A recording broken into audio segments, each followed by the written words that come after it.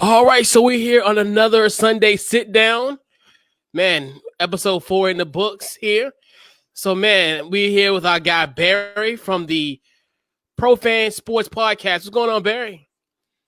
Hey, what's up, Chris? How you doing, man? I'm I'm very good. I'm excited to be on here. Yes, indeed. Everything is good, man. Just another Sunday. Always good to do a Sunday sit down.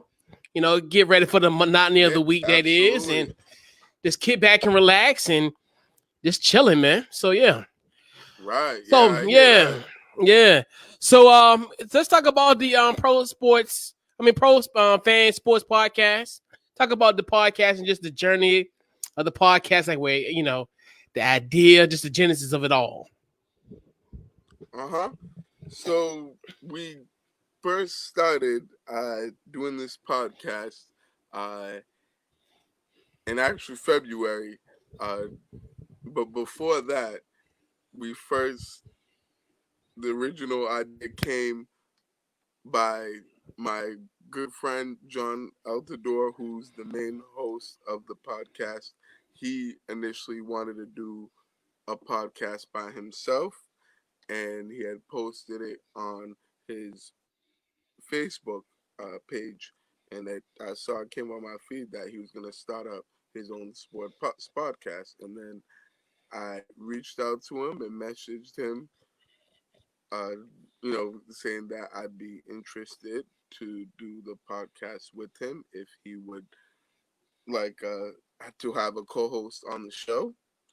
Uh, and that he should let me know if he'd like to work together with me to do the podcast. And he reached back to me and said, yeah, absolutely, you can definitely be a co-host on the show. I'd love to have you on the show. I know you're very knowledgeable sports guy, and what you're talking about. So we definitely should do a show together. And I was like, all right, cool. So that was back in January this year, and then it took us about, like I say, a month or so to troubleshoot, get all the equipment, and get everything ready to start doing some work on the podcast. So we started doing dry runs. In February, we did like 3 or 4 dry runs. And then another one of John's friends, Vlad, he was also interested in doing a podcast with us. So we did couple dry runs with him, too, to kind of make sure that we got our chemistry down and everything, and we got you know to be able to work and get a feel for each other before we started recording real live episodes. So you know then in March, it was like the middle of March, was when we did our first official episode of the Pro Fan Sports podcast. And uh, ever since then, we've been recording every week. We usually record every Sunday. I actually just came from my friend, with my friend John and Vlad at John's house, recording a new episode uh, that we had just did today. So it was our 13th episode. So we, I've been doing it for about 3 months. Uh, and we've usually record every Sunday an episode, and then on Tuesday we put it on the streaming platforms, and Wednesday we put it on the um, YouTube channel, which we have, so that people can be able to go out and listen or watch the show if they'd like. And yeah, it's been going really well. It's a really good show that we do. I love it. It's awesome. My first time doing a sports podcast, and I'm glad that I decided to do it, and glad that I found the right people to do it with. Yes, absolutely, absolutely. That's the thing of it. Yeah, once you get the guys going, and hey, it just full speed ahead. Yeah, absolutely. I Yeah. agree. Hmm. Definitely. It's all about building that team, man. Yes, So sir. Yes, sir. Right, right. And it is for sure, man. so again, and basically, you guys, I know you guys really focus on like basically like Boston area sports, correct? For the most part. We do, yeah, some, Boston area sports since we're all from, the city. Yeah. With the Boston area and our Boston sports fans. But we do, like national sports, Yeah. as well, and even some international stuff too. Yeah. So my biggest thing now with the Celtics. So the Celtics are Hmm. they're pretty much they're on the verge. I guess within the next few weeks they'll be descending to Orlando in the bubble and concluding this year's season. What are your thoughts on just the Uh-huh. whole Orlando situation, and then just their prospects of actually winning an NBA championship? Yeah, it's definitely a pretty interesting situation. With all the teams, all 22 teams being in Orlando, including the Celtics, uh, it'll certainly be a tough road for them to, as far as being able to advance in the playoffs and make a deep run.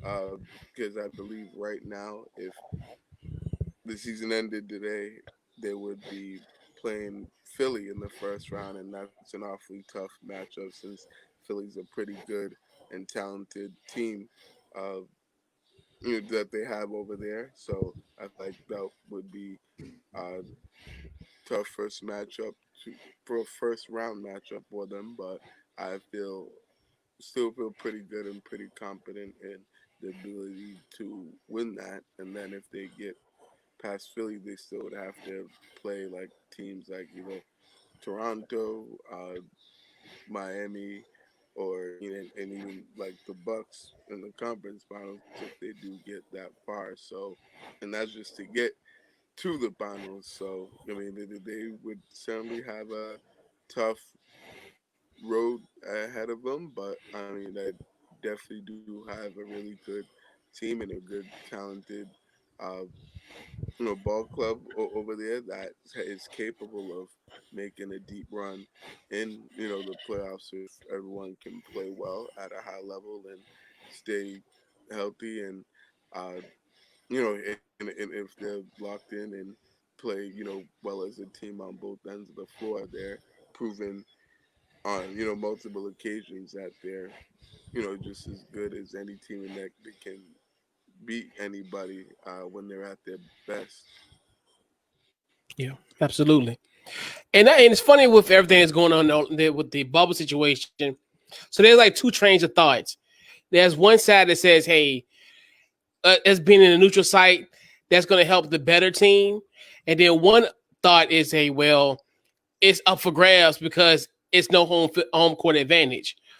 Where you lean as far as your thought as far as the bubbles? Is it better for better? Is it good for the the teams that are superior, or are we right for the upsets? I mean, I think it's good, definitely for um, you, from both sides for the Hmm. superior teams. Uh, I can see that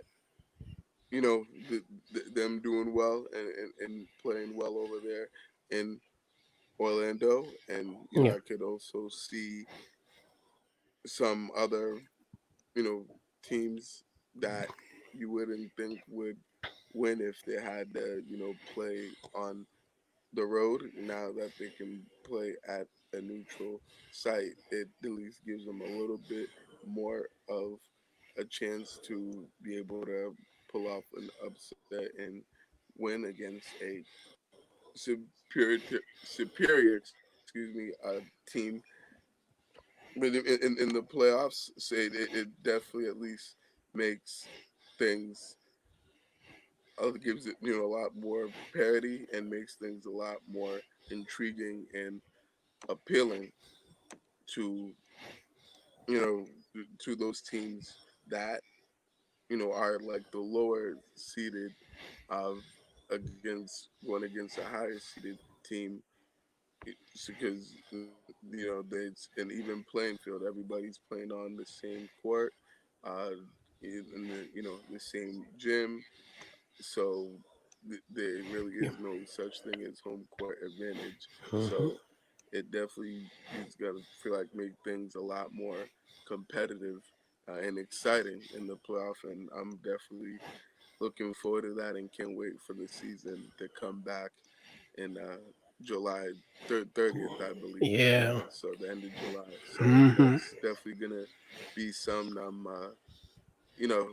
pretty ecstatic to see. Absolutely. So, of course, the Celtics are led by Jayson Tatum. Now, Yes, sir. Yep. now, I was hearing things this week like people like maybe we need to start putting Jayson Tatum in the top 10 best players in the league. He need to have a seat at that table. Your thoughts on that? Yeah, I also heard those talks as well. I know I heard Brand Scalabrine, Oh, who yeah, covers the yeah, Celtics. Yeah, mm-hmm, yeah, he, the AKA the White Mamba, mm-hmm. as we like to call him in Yes, Boston. sir. Yes, sir. Uh, yeah, yeah, he I believe was on a sports talk radio show on WEI saying that he believes Jason Tatum is a top 10 player. I would disagree with him. I don't think Jason Tatum is a top 10 player right now. He's definitely ascending and heading in that direction. He's on his way to getting there, uh, but he's certainly not there yet. I still think there's still quite a few, and definitely at least 10 players in the league right now that I would consider to be better players than Jason Tatum at the moment. But he Yeah, is definitely not that far away from being a top 10 player in this league. He was a superstar in the making. He was playing at an extremely high level before the season got suspended due to the pandemic that's going on right now.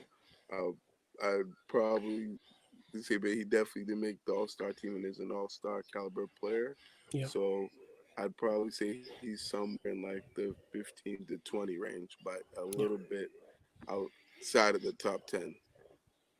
yeah, yeah, yeah, man. Yeah, Jason putting But in I work though. love Jason Tatum though. Yeah, he's That's putting my in work. guy and my favorite player on the Celtics. Yeah, he's a Yeah, really good ball player. I love his game a lot, and and I enjoy watching him play. And I'm looking forward to seeing him grow and continue to get better in the years to come because he's gonna get a whole lot better. He's just starting you know to get there and to get to what his full potential is. So I'm definitely think he's still a long ways away of becoming like the player that he can become when he's at his best.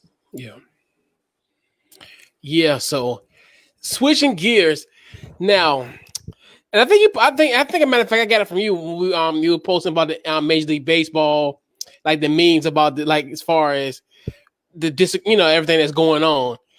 So are we gonna have a Major League Baseball season this year? Are we?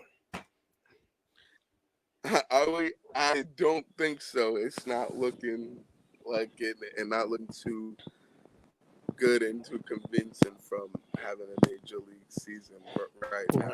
Right. I doubt that's gonna happen in 2020. Yeah. Yeah, it's crazy because like they keep going back and forth.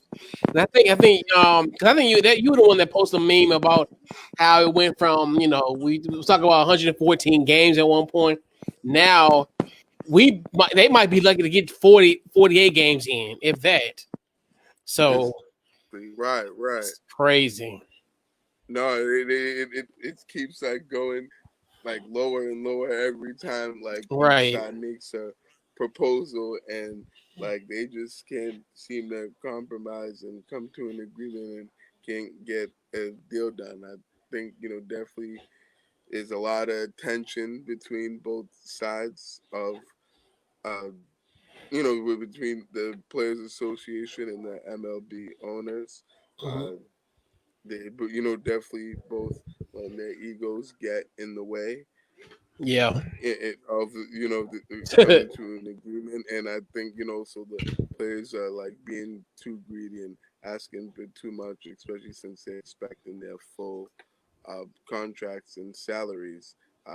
That I think is absurd for them to be demanding that, since their owners don't have that kind of money to pay him, due to what's going on in Right. the country right now, and the season having been suspended and all the games they've, missed. So I think they're asking for too much, and uh, definitely being too greedy, and it's unfortunate for them because they could have had a great opportunity to be the sport that Yep. starts before Hmm. all the other sports, and really put themselves out there, and and help better uh their game, and get the sport more popular, since it's dying right now in the country, and not really that many people following the league, and it's not really attracting more fans and attracting the youth.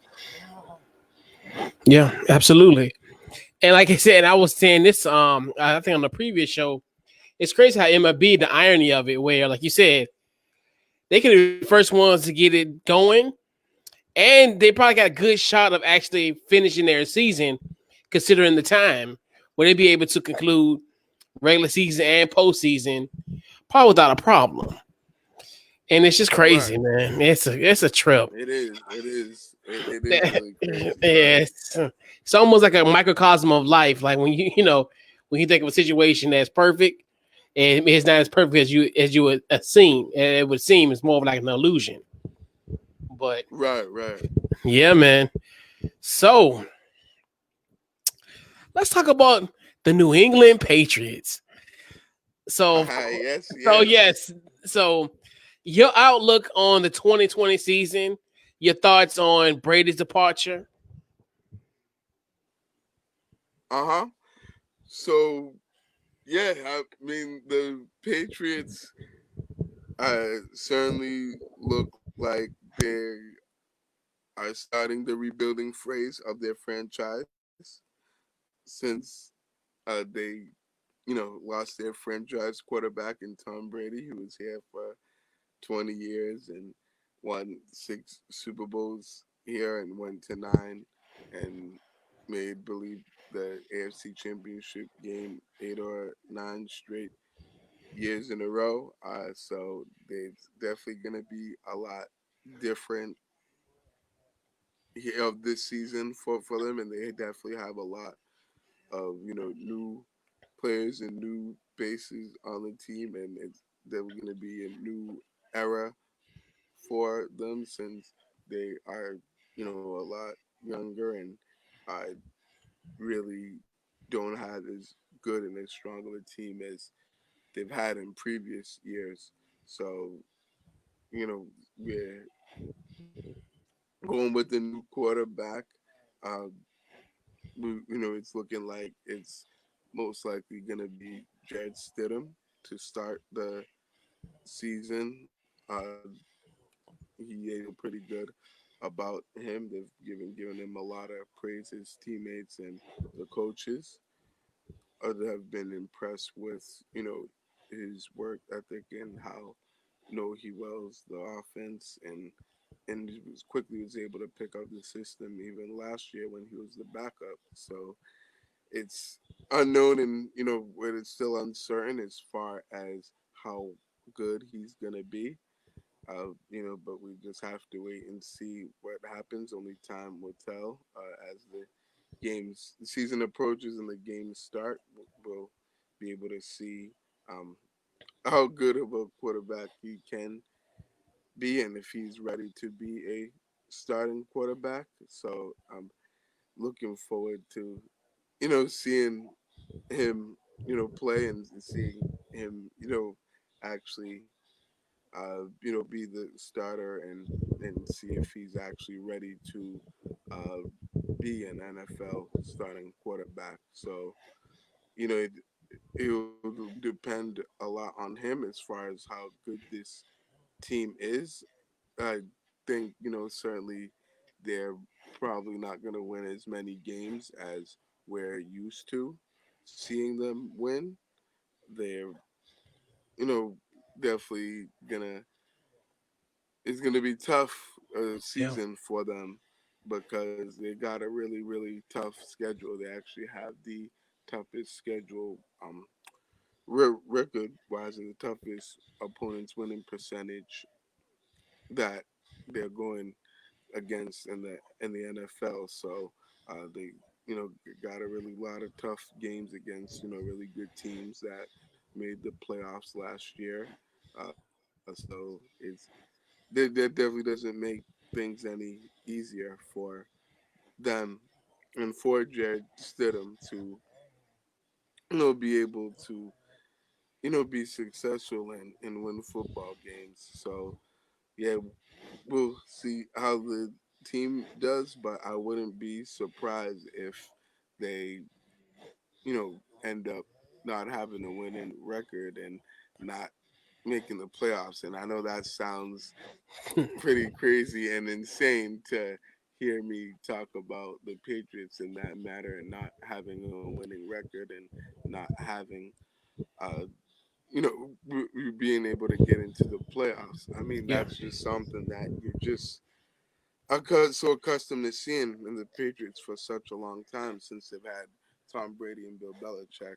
But I think a lot of fans and a lot of people have realized that it's not the same team and that they are rebuilding and that it is going to take a little bit of time for them to be the team that they once were and get back to their winning ways.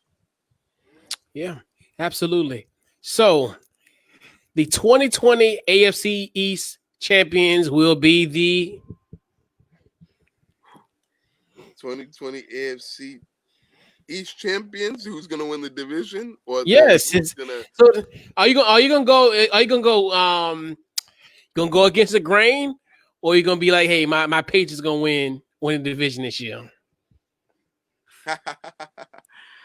uh, I'm thinking that I I love as a Patriots Uh fan to huh. see them win the division this year, but I don't think it's gonna happen. I think that, believe it or not, the Buffalo Bills are gonna win the division this year and Yeah. be the AFC East champions. See. Yeah, man. Yeah. Yeah, I know that sounds Yeah. so weird for me to say because we won the division for so long, and it's almost like a given. The Pats winning the division with the division always being so bad, uh, Right. and not having any competition. But I definitely think this is the year that the Bills are gonna win it over the Pats, and I think Yeah. that they have a better team. So yeah, we'll see what happens. But you're right, it's definitely weird to see like the Patriots not being like the top team in the East or not looking like the top team in the East anymore. Yeah. Most definitely. It's gonna be interesting though. I do believe you. I do. It I agree is. with you with Buffalo. I just think Buffalo just got too much going. Too much as far as firepower, offense, and especially with the Oh yeah. defense. I Oh think yeah. that yeah, Very their good heads on. Yeah, they defensively. definitely gonna be they'll be probably like the favorites going in. But putting a bowl in this week's Sunday sit down. I want to know your top five athletes of all time. Ooh, my top five athletes. So one would say Tom Brady. Okay. Two, I would say David Ortiz, Big Poppy. Three, I'd say Kevin Garnett. Four, I would say Michael Jordan. And last but not least, number 5. Ooh, this is a tough one because I can go so many places with this. Um, I'm gonna say Steph Curry, number 5. Okay. Yeah. So Nice. those are Nice. my top 5 guys. They're my favorite Okay. athletes to watch. And that, you know what? I can give you a mulligan if you want to. I know you want to add another one. Just honorable mention. Ooh, an honorable mention. I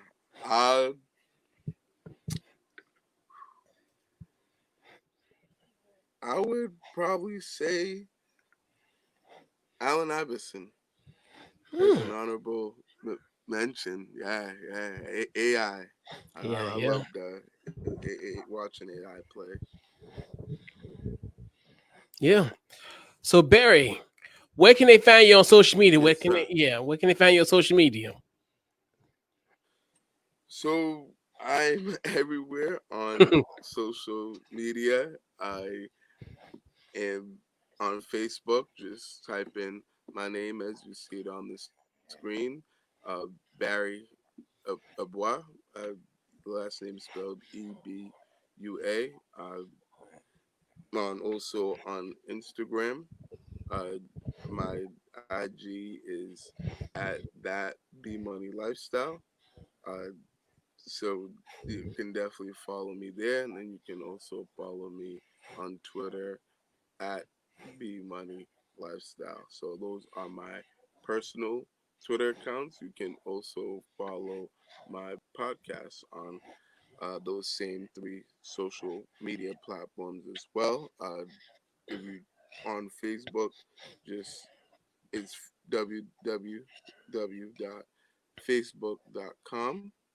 www.facebook.com/profane sports.